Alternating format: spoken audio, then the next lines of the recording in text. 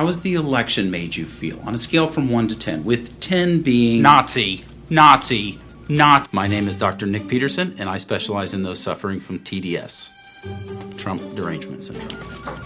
Hello, I'm Dr. Peterson. How are you? Well, Donald Trump is a felon. Nope. I asked how you were doing. The majority of Americans can mentally handle election results on both sides of the aisle. However, there's this small, albeit growing, group of, I don't want to say Americans, but people that are just disconnected from reality. Fascist. And honestly, it makes diagnosing these people a whole lot easier. I just check their social media. Gone are the days when you just search your symptoms on WebMD at home by yourself. Now they record their symptoms and post them for the world to see. The haircut is also a dead giveaway. So, what brings you in today? Oh, I don't know. Maybe it's the orange democracy-destroying, Putin-loving dictator. All right, so mental illness. They are completely blind to the fact that their absurd actions and ideologies were a big factor in their party's loss. Let me ask you this. Do you even know what a democracy is? Follow-up question. Do you know how Kamala Harris became the nominee? I know you're a deplorable Nazi fascist bigot. Okay, neat.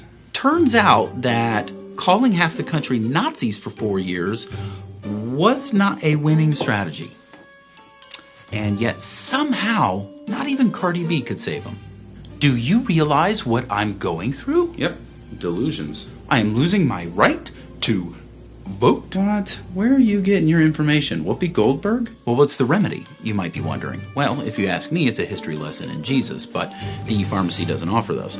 I prescribe them a brain, and I send them to trybrain.com for more information.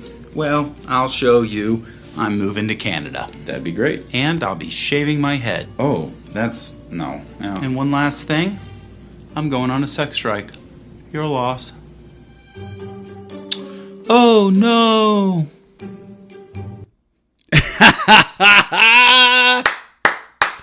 Woo!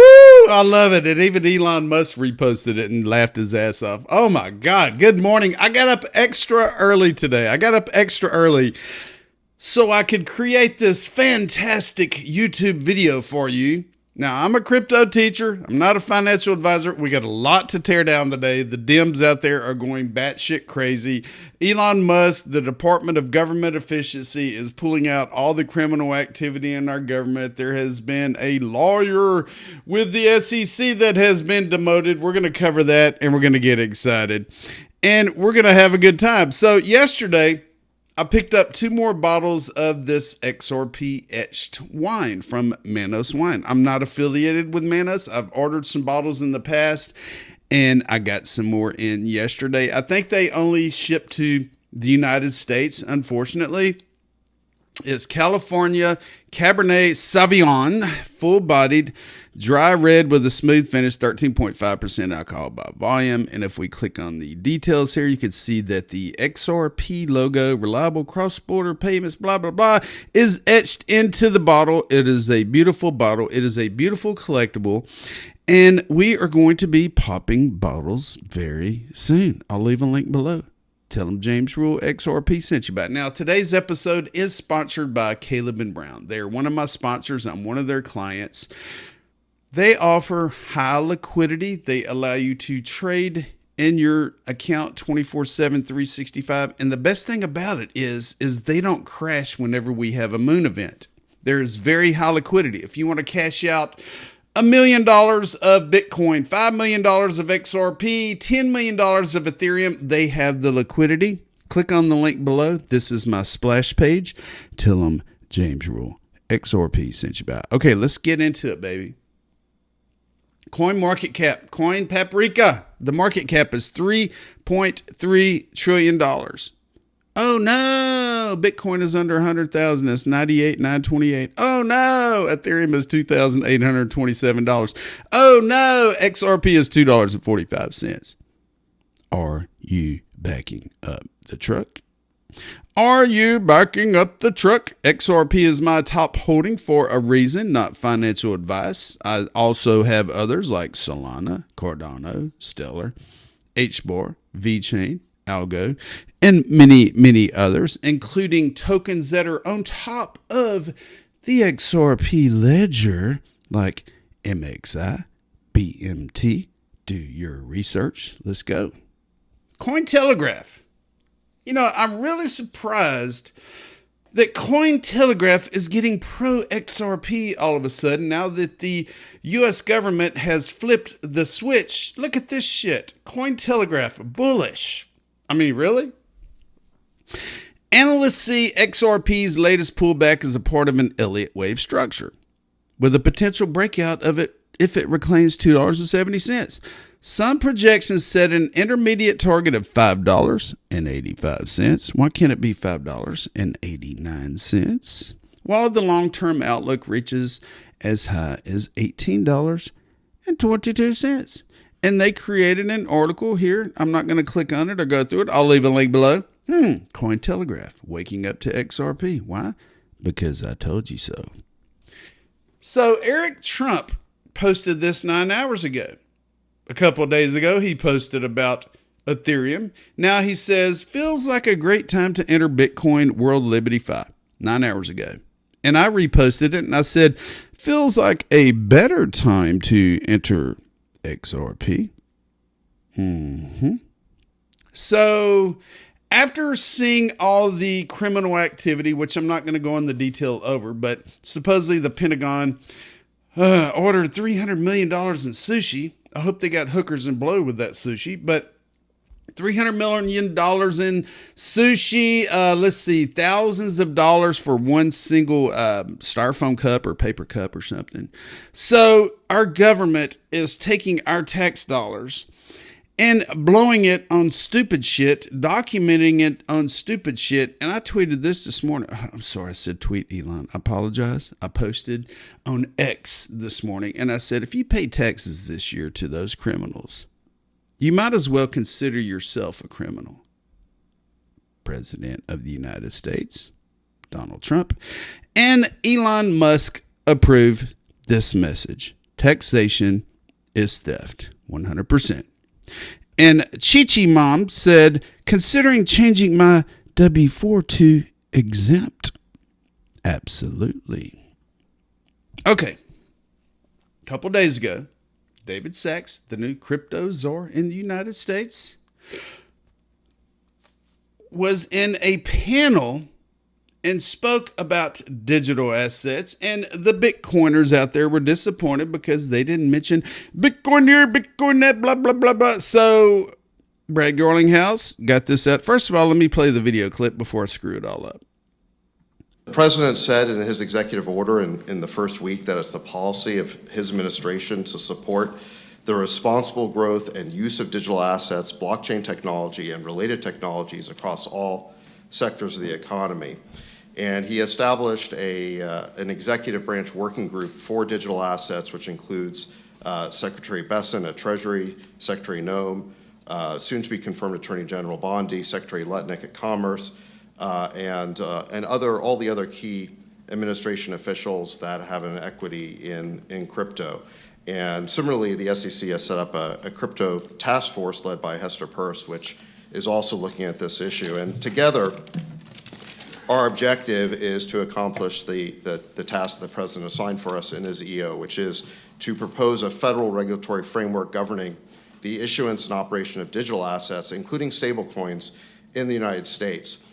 I've talked to many founders over the past few years, and they've told me repeatedly that the number one thing they need from Washington is regulatory clarity.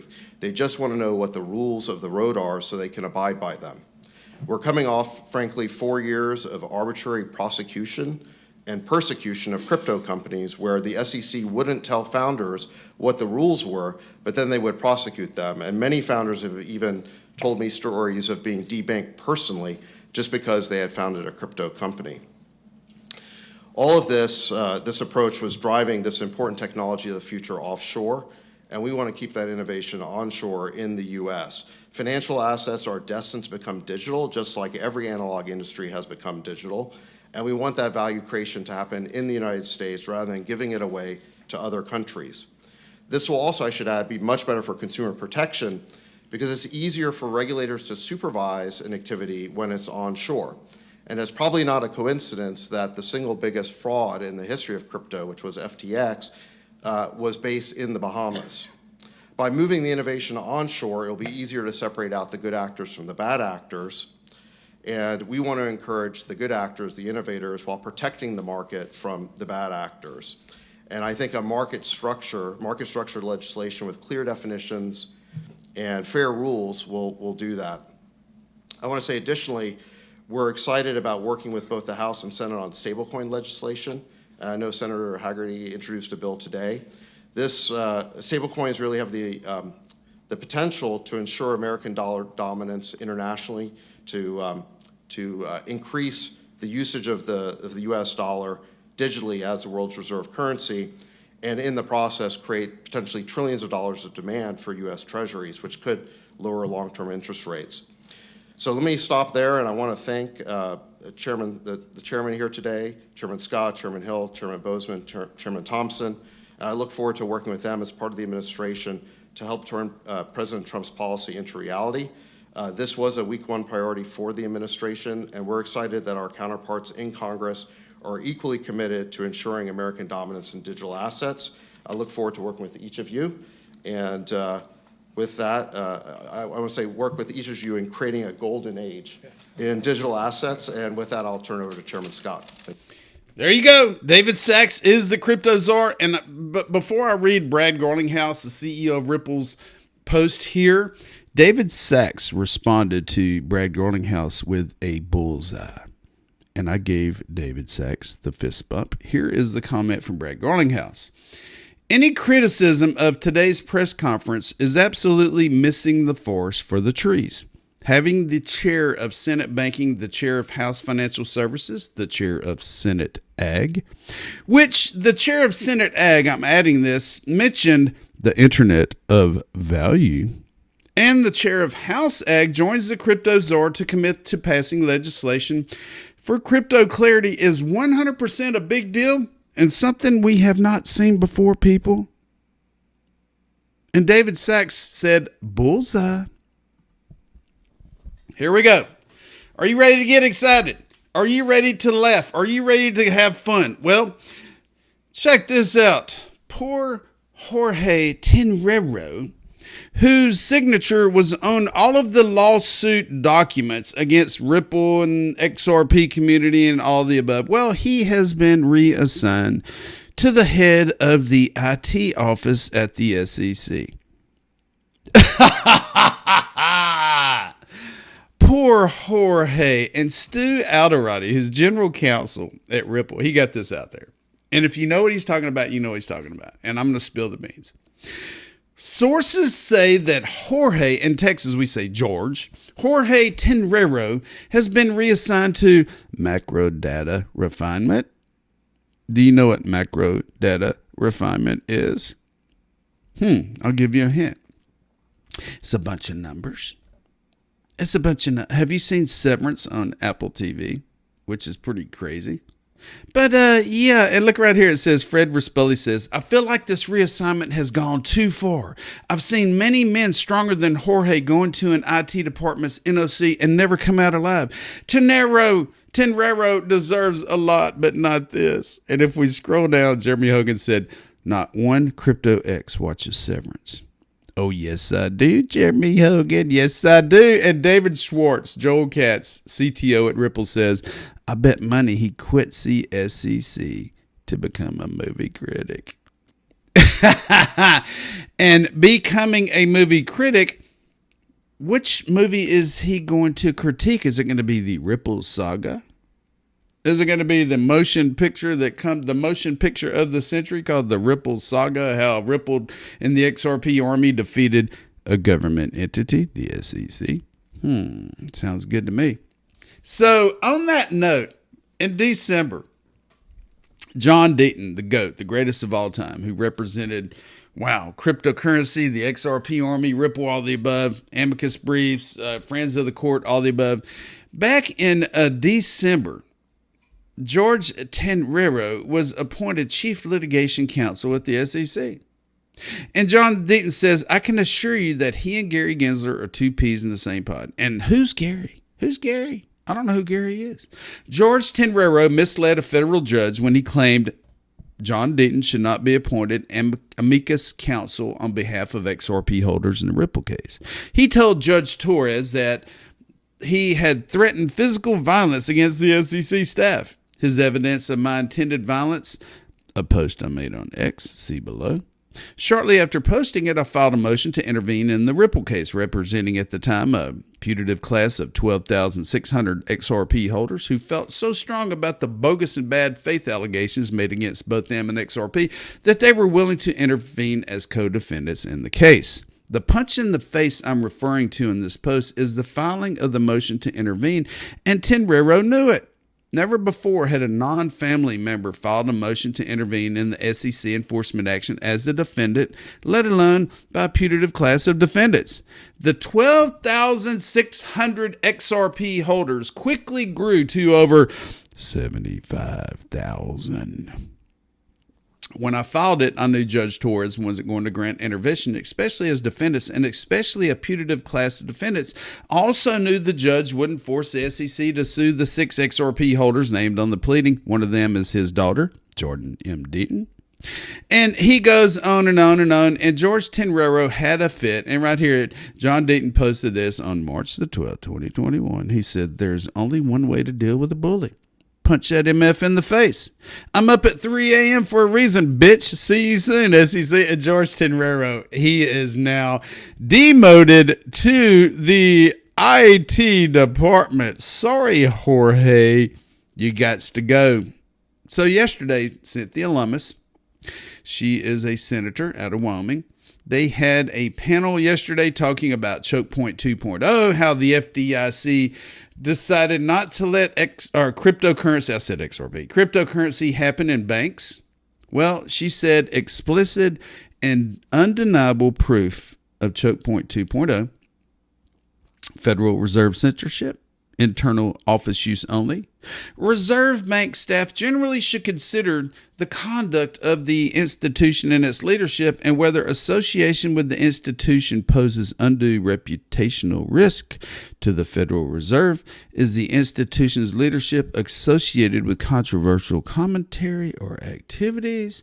So the FDIC says, no, money, banks good, crypto bad. Well, all of a sudden, they changed the way they thought yesterday. All of a sudden, the FDIC is saying, well, now, it looks like banks are going to be permitted to custody crypto, to mess with crypto in the United States. Boy, they flipped the switch quick, didn't they? MetaLawman at MetaLawman. But despite the best efforts of Congress, the spirit of... Hang on a second. Don't speak yet. Let me read this first. So, MetaLawman, James Murphy, stated that a fantastic day for the crypto industry at the banking GOP Senate hearing. My former law partner, Stephen T. Gannon, absolutely knocked it out of the park. We must have accountability for those responsible for Chokepoint 2.0 and real remedies for the victims. Listen. But despite the best efforts of Congress, the spirit of Operation Chokepoint 1.0 did not end in 2017. It simply morphed into Operation Chokepoint 2.0. Mr. Chairman, history teaches us that if this time there is no real accountability and no genuine remedies for the actual damage done, one thing is certain. There will be an Operation Chokepoint 3.0. And this is a big deal because banks were booted. Crypto was booted. FDIC said, no. It's not going to happen. And not under the Biden administration. It's not going to happen. Well, you know what? It's going to happen, people. It's going to happen. Now, Hester Peirce, and I want to get this straight with all the YouTubers out there, all the millions of followers of YouTubers and all that, but it's not Hester Peirce. It's not like an ear piercing. It's Hester Peirce. You know, ladies, you carry a purse. It's pronounced Hester Peirce. Do your research, people. So Hester Peirce got this out on February the 4th. The Crypto Task Force webpage is live. Join us for the drive towards crypto clarity. Hester Peirce. She's running the Crypto Task Force. This is the page. Crypto Task Force. Communicate with the Crypto Task Force. If you would like to meet with the Crypto Task Force, please request a meeting. If you would like to provide written input of the issues the task force is considering, please send an email with the subject line Crypto Task Force input to, get this, crypto@sec.gov. Crypto@sec.gov.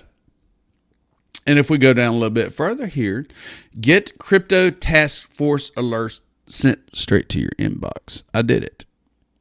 Get Crypto Task Force alert sent straight to your inbox. And what does this mean? This means that fintech companies, crypto companies are now able to walk into the SEC and say, look, this is my project. This is what I'm wanting to do. Let's get together. Let's deal with it. Let's talk about it, and let's make it happen, people. Hester Peirce wrote this. The journey begins. This was February 4th, 2025. I'm not going to go into it in detail, but it's Commissioner Hester M. Peirce. If we go down here and look at some of the highlights, she talks about security status, scoping out, coin and token offerings, registered offerings, special purpose broker dealers, custody solutions for investment advisors, crypto lending and staking, crypto exchange traded products, clearing agencies and transfer agents, and a cross-border sandbox. People, it's happening. The SEC, the CFTC, the FDIC, they are finally coming together, singing Kumbaya and saying, okay, crypto is real. Crypto is going to happen. The U.S. is going to be the crypto capital of the world. It is happening, people. And are you holding on for dear life? Have you scooped up some of these wonderful ecosystems? Are you sitting back? Are you panicking? Oh my God, it's in the red. I need to sell it now. Oh no. Or are you like me and the rest of the crypto army out there holding on and going, we're almost there, baby? Be sure to subscribe to the James Rule Crypto Show. I try to make videos daily. I know I lagged the last couple of days, but I'm making up for it today because I am a crypto teacher. And guess what? You have just experienced the James Rule Crypto Show, and I want to tell you one more thing. I told you so.